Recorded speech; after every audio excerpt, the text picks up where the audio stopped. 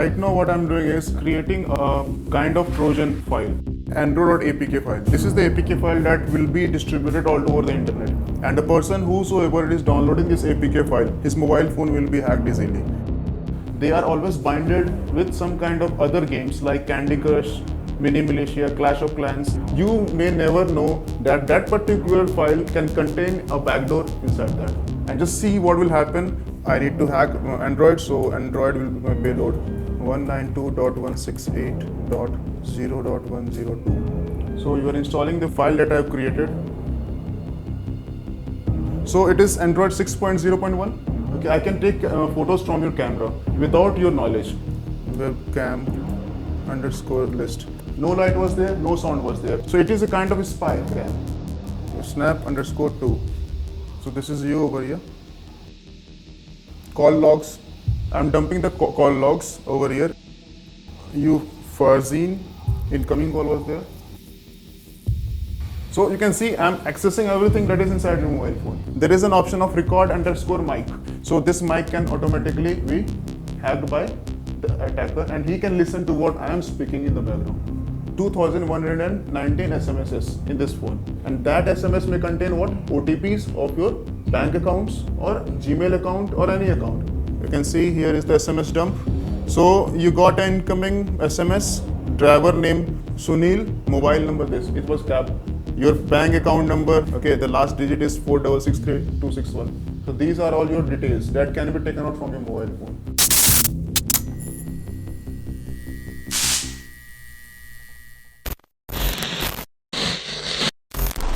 What about this internet thing? Do you know anything about that? It is the big new thing. The internet is growing like an embryonic brain at a rate of 10% a month. By the end of the 90s, many of us were happy slaves to our computers.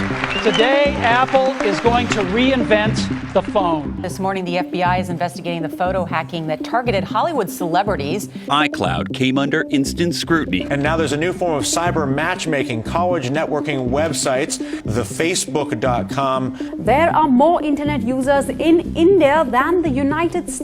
Close to 30 lakh debit cards are understood that are suspected to have exposed card and PIN details to malware at the back end. Everything's in the internet, everything's in computers, and we're gonna lose it all. People were terrified the world was going to end. The entire government system and corporate system is really under threat and underprepared for this kind of cybercrime, Pauline. Yes, your computer is at risk because at least 150 countries, scores of multinational companies and more than 2 lakh people have fallen prey to this massive cyber attack dubbed as WannaCry ransomware.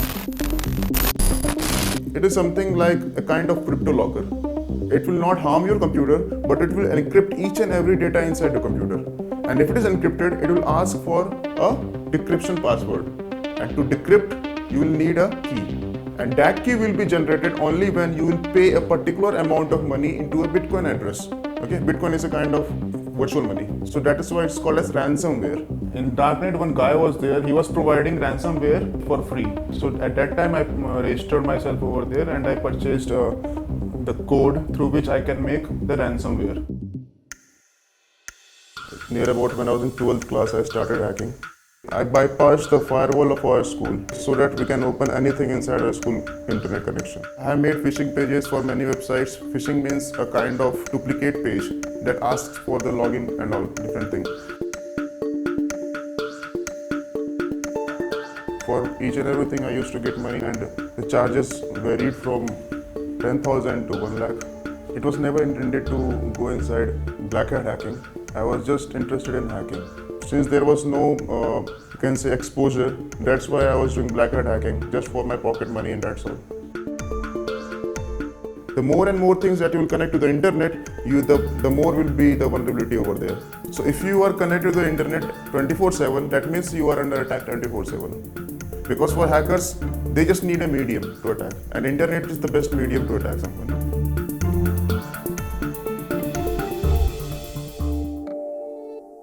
Assume everything you do on the internet is already hacked. Assume every email that you write. Assume every picture that you click from your phone is already something that is visible to the public eye and is something that anybody and everybody can read. There are only two kinds of people in the world. One who know that they have been hacked, and the others who do not know that they have been hacked. Today in our world, absolute security is virtually non-existent. What was secure yesterday is not secure today. What's secure today will definitely not be secure tomorrow. Every stakeholder is today increasingly using data and information in the electronic form. There's no denying the fact that earlier we used to be connected to the internet. Today we are the part of the internet. So consequently, internet is taken for granted. With the result, there's blurring of the lines between the physical world and the virtual world. And the machines are becoming more and more smarter because of the data that we are providing when it comes to our personal and professional lives to the internet. 24 months back, the total number of smartphones in India were as low as 15 million, 1-5. Right now, we've crossed 250 million smartphones. You're saying 1 out of every 5 individuals in India are carrying a smartphone. Now, what does a smartphone mean? It's a way in which you can go ahead and embed a lot of data, starting from our check-ins till allowing apps to monitor our location 24/7 on our phones, till clicking pictures of ourselves with and without clothes, or your emails that really come and go through it, or your browsing history can speak volumes about you. It's the great Indian vomiting revolution, where Indians are vomiting information about their personal, professional, social lives on the internet. So when you talk about all of this, data entry points are only expanding as we move further. There was a very interesting study which said over 40% of the people on the planet use 2 passwords maximum for almost all of their accounts which they have. And if you get an access to 1 of the passwords or 2 of the passwords, you potentially have an access to all the accounts that a person is really accessing. So it's relatively becoming easier to hack. Again, not just because there's so much data, there's also availability of hacking tools on the internet in a very, very easy manner. For a hacker, it's a hacker's paradise already. Few years back, there was not a single person, not a single company over here in India who is demanding for hackers. But nowadays, the demand of hackers are increasing. Why? IoT is coming everywhere, Internet of Things and all. Internet of Things is basically the idea that all the gadgets that you have, including your washing machine, your smart TV, for example, your satellite receiver, all these things nowadays are capable of running software. So now, why not make a network of these things so that from one you can control the other, and also they can cooperate with each other. So for example, if a phone rings, your TV volume might automatically reduce because they are talking to each other. You might from your phone want to turn on your AC before 15 minutes before you reach home. So these are the things that people are thinking in terms of use cases. The problem with this is that by creating this connection and connectivity, vulnerability in one can propagate to other devices, and therefore it can take over your entire system. IoTs are generally hacked by using MITM attacks only. You also will not come to know that you are being spied by your own TV. Leaked documents about the CIA's technical capability to carry out hacking into electronic devices, things like Android phones, iPhones, even in one interesting document, Samsung smart TVs, so it can make it look like the TV is off when in fact it's on, and actually collecting audio from the room and sending it back. And your TV is just a single point inside the complete network, a single node. Okay, there can be 10 lakhs, 20 lakhs, there can be many televisions all over the world. So what they can do, they can be used to attack onto a particular target. That is called DDoS, okay, distributed denial of service attack. The new tactic was carried out by hackers using a virus to take control of millions of personal devices connected to the internet, like home routers, DVRs, baby monitors, and security cameras, without their owner's knowledge. This is happening every day. And if you look at the crime statistics in India, cyber crime statistics, and these are reported crimes, so a lot of things don't get reported. In 2011, it was about 14,000. And in 2015, it was about 3 lakhs. There is nothing called 100% certain of something cannot be hacked. We've seen the DNC, we've seen the Pentagon, we've seen CIA just 2 weeks back. We've seen the largest of the organizations like the Sonys, the Nasdaqs, they have all been hacked. and not once but multiple times in a very, very bad way. I think on the 26th is my father's birthday, so we went out, bought a couple of things with my debit card, and by the time we came back, I saw 2 transactions that happened from my debit card. In technology, there are mainly 3 possibilities of attacks you can do in majority. One is your web application attacks, second is your mobile application attacks, and third is your network attacks. Now they are organized criminal gangs who are more interested in to generate money out of those hacks. So I quickly alerted my father and we kind of hotlisted the debit card, wanted to get a refund, so initiated the process with the bank for which they wanted a police complaint. The new debit card came in about a week, and I think I used it just 2-3 places again when I had another transaction that happened on the second debit card. I think it was an Indonesian transaction for the amount of like 1 lakh, and so the bank called me to ask if I made that transaction. So I had to hotlist the second debit card, get the third debit card. So I was pretty sure the first one is cloned. Just because of the nature of scam. It's kind of like the elaborate schemes of scamming people with mind play. So they would come around and they would say, oh, it's demonetization, right? Why would you use cash? Everyone should use their cards. So I think after I used my card, they probably went in there and they cloned it. You go to a website and you can actually be redirected to a similar looking website, your banking website. You type in your password and all that. And then you basically are not really typing to your bank, but you're typing it to the hacker's server.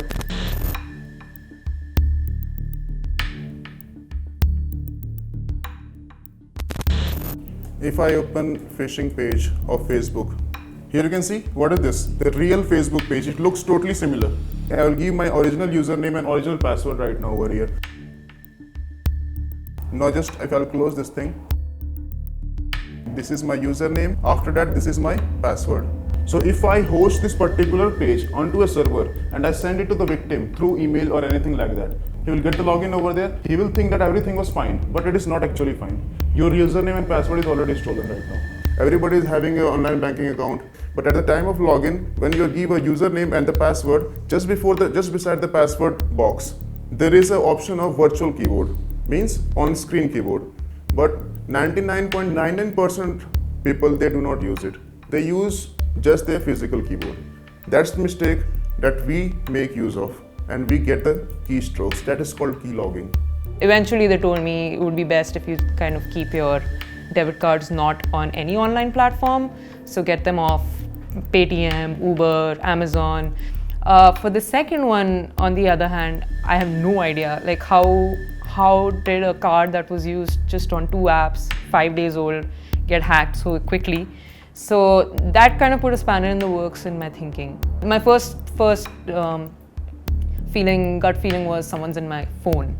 If you're using a Wi-Fi which is in a public domain, then someone can do a man-in-the-middle attack.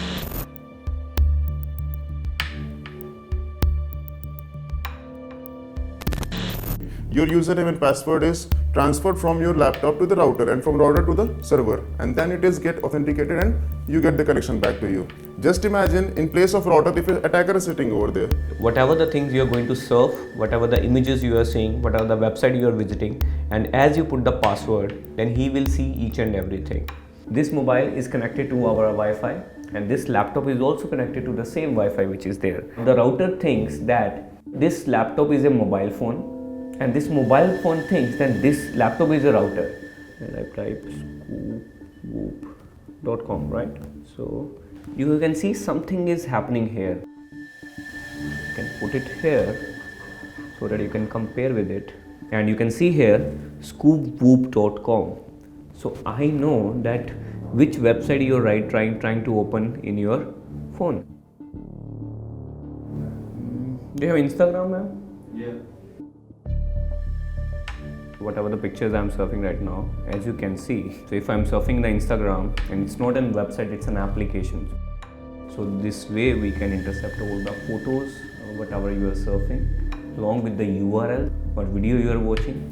You go to public places, there are public chargers over there. You might be knowing that USB cables are used for 2 things, for data transfer and for charging. It's very easy to make a charger that can easily copy your data from your mobile phones. Somebody asks you to give your phone for an emergency call on the bus stop or someplace, and then in 30 seconds he can actually download an APK file, and then you can get compromised.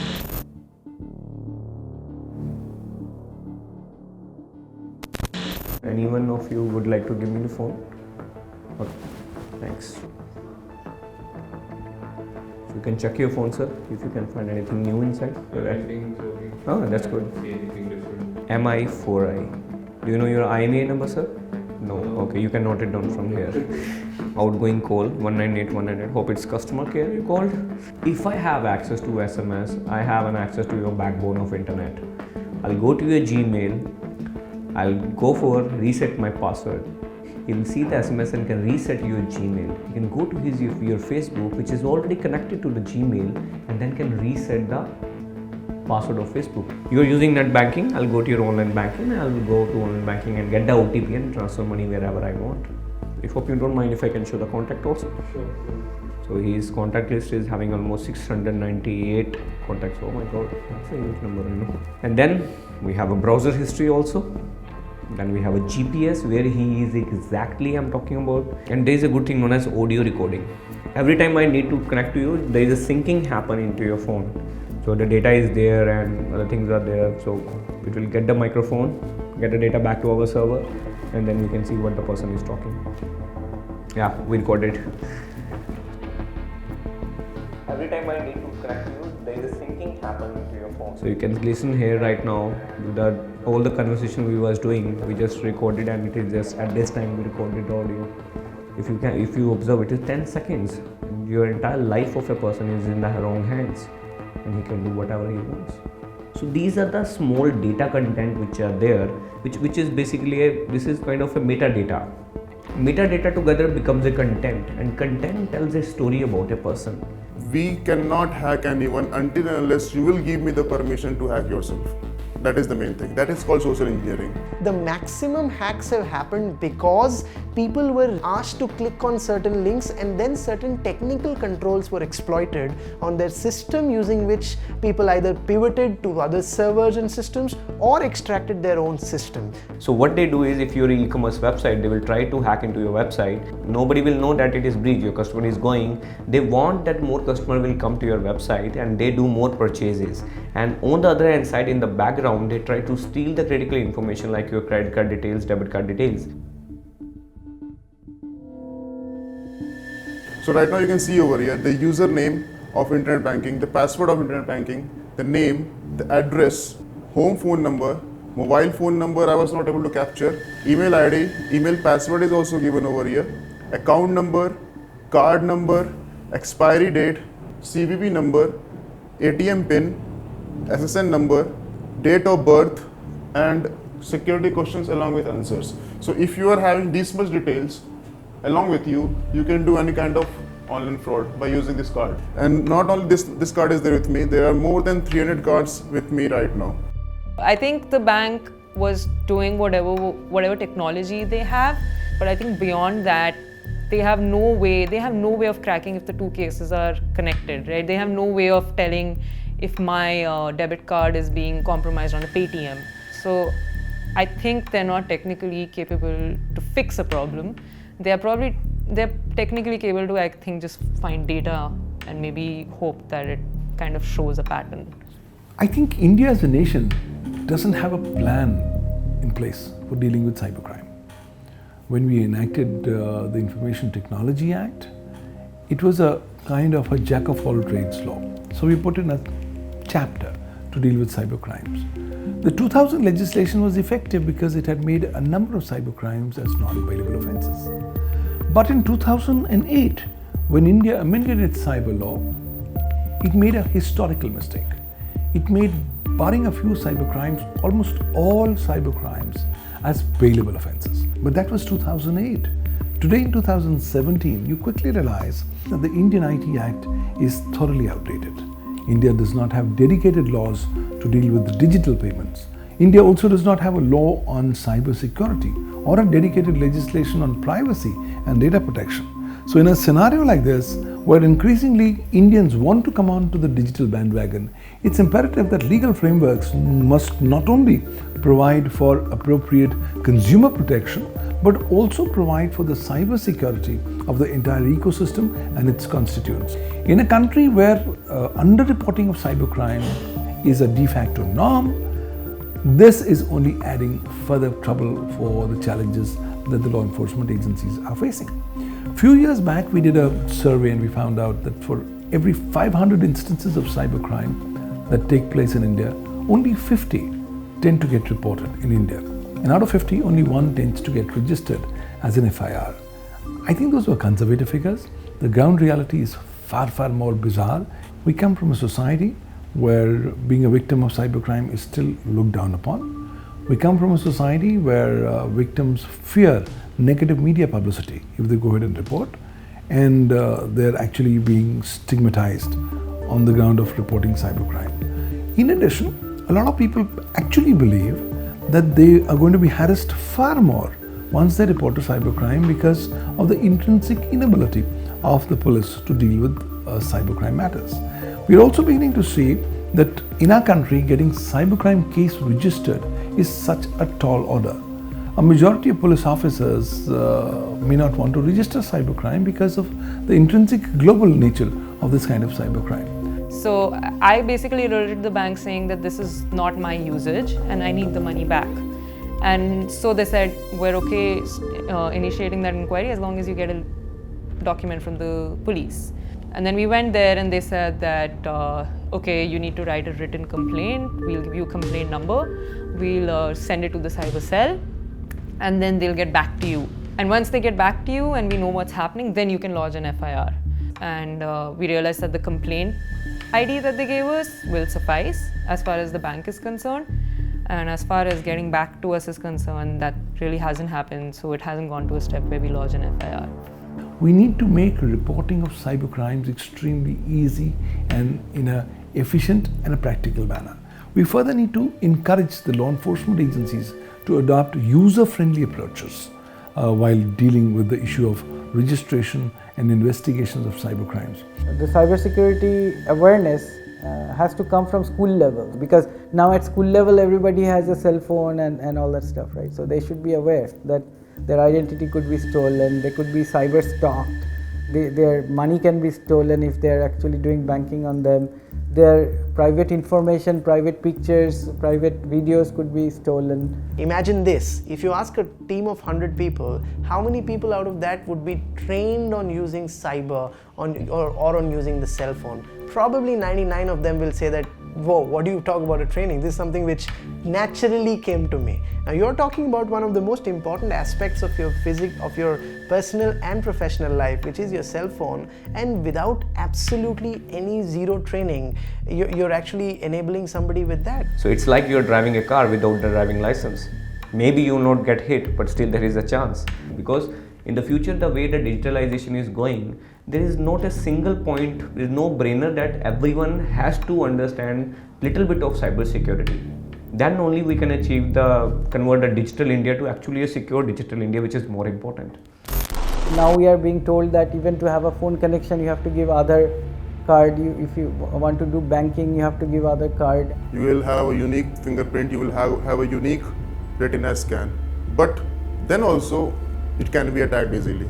So by using money and by using a little bit of brain, you can have 2 Aadhaar cards also.